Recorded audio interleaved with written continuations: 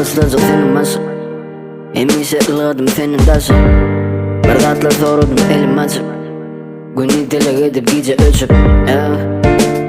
Yok mu iyi de gidin kelle göçük vakti. Bilsem hakikaten kaçıp. Kömürüm gerek buluştum yine dedim içimden. Doğru yerde doğulsan hemme kapılar açık. Soruları bilmek gerek gel. Cevapları göçüp. Öğretti sodatları köçü.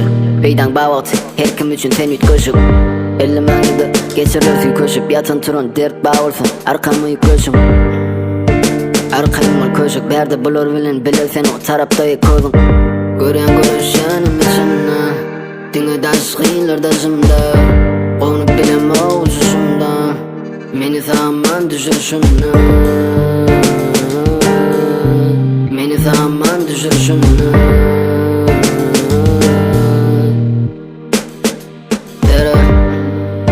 Ölüm hakikat.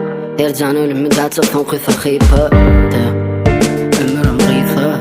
İnadından ölümde seni tasdikla. Sen yıkıtak, dinle sen bilen men yıkıdak. Men akıday. Yukarı kalsan kıygır yalar şikasak. Olur eğerdin ok ne bedeni ne bası. Arkada günahını taşa. Gidip bana noktası. Her adımda bütürüyen seyrettemem aşağı. Eten ettilik metreyen ölmecek yali yaşa. Gül olup özcek oluptum taşımdır şuna hasıl. Kapini yap yasıl gelmecek yali acıl. Hemmedat açı çanını kaçınım olsa kaçar. İçim olun ok sapık. Diysemem son kusapar. Gözü hemmedadı yumup seni tezidi tapır.